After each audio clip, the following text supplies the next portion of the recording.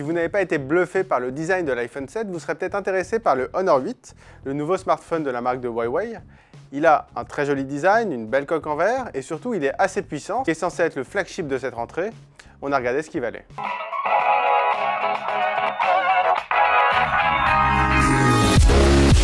À première vue, le smartphone est très fin, très léger. Son style est assez différent de celui du Honor 7 qui était beaucoup plus dans le métal, etc. Là, c'est vraiment du verre dans un design assez sobre. Alors ce smartphone, effectivement, il est très beau, très lisse et justement, ça le rend un petit peu glissant. En fait, si vous le posez sur une table très lisse elle aussi, légèrement inclinée, il risque vraiment de finir ses courses par terre. Donc on vous conseille vivement de prendre une coque. L'autre petit défaut, c'est qu'il est salissant. Il accumule assez facilement les traces de doigts. Et enfin, son écran, là aussi, il y a un tout petit souci. C'est qu'en l'utilisant 10 jours d'affilée, tous les jours, il a accumulé des toutes petites rayures. Donc là aussi, on vous conseille vraiment une petite protection d'écran. Et l'écran, justement, il est plutôt lumineux et contrasté. Le seul défaut, c'est qu'il est légèrement sujet au reflet. Au quotidien, ça ne nous a pas posé problème, même en extérieur et avec du soleil. L'affichage est assez confortable, même quand on regarde l'appareil et qu'on n'est pas vraiment en face de lui. Les noirs sont peut-être un peu moins profonds, mais vraiment, c'est très agréable. Et ce Honor 8, on l'attend aussi sur sa puissance. Pourquoi? Parce qu'il a un processeur Kirin 950, cadencé à 2,3 GHz. C'est pas mal, en fait, c'est très proche de ce que nous a proposé Huawei avec le P9.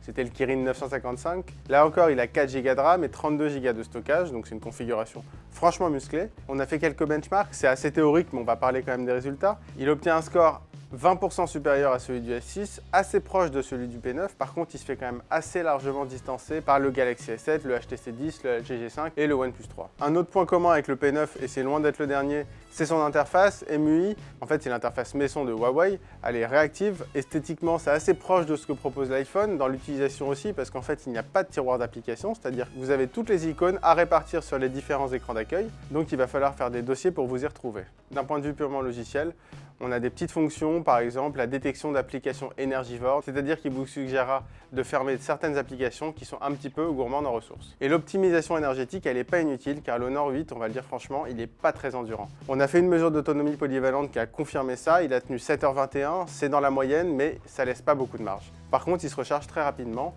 et vous pourrez quasiment repartir pour la journée en moins d'1 heure. Et on n'a pas terminé les points communs avec le P9, et surtout, c'est peut-être son principal point commun, c'est son double capteur photo, 12 mégapixels. Comme sur le P9, ils vont fonctionner en binôme, c'est-à-dire qu'il y a un capteur en RGB qui va capturer les couleurs, l'autre en monochrome qui va être utilisé pour capturer davantage de lumière puisqu'il n'a pas de filtre couleur. Mais par contre, et là c'est un de ses défauts, on n'aura pas accès aux photos noir et blanc générées nativement, ce qui était le cas avec le P9 et ce qui était vraiment très agréable avec des superbes clichés. Ceci dit, la promesse reste tenue en photo. En fait, le résultat est même excellent lorsque les conditions sont bonnes. Le piqué est très bon, les couleurs sont justes, parfois même meilleures que sur le P9. Puis il y a une petite fonction qu'on a beaucoup aimée, c'est la mise au point a posteriori qui va générer un espèce d'effet bokeh, c'est-à-dire ce fameux flou d'arrière-plan qui est très efficace quand on fait des portraits. En basse lumière, c'est pas mal, évidemment on perd en piqué, mais l'exposition est bonne et les photos sont franchement exploitables. Pour 399 €, le Honor 8 n'est pas loin d'être ce qui se fait de mieux, mais évidemment en face on a le OnePlus 3, l'autre flagship killer entre guillemets, et qui coûte exactement le même prix. Alors là, il y a deux écoles, il va y avoir ceux qui vont préférer la force, on va dire, brute du OnePlus 3 et les autres qui vont être très sensibles au design et à l'ergonomie du Honor 8 et honnêtement, c'est plutôt notre cas.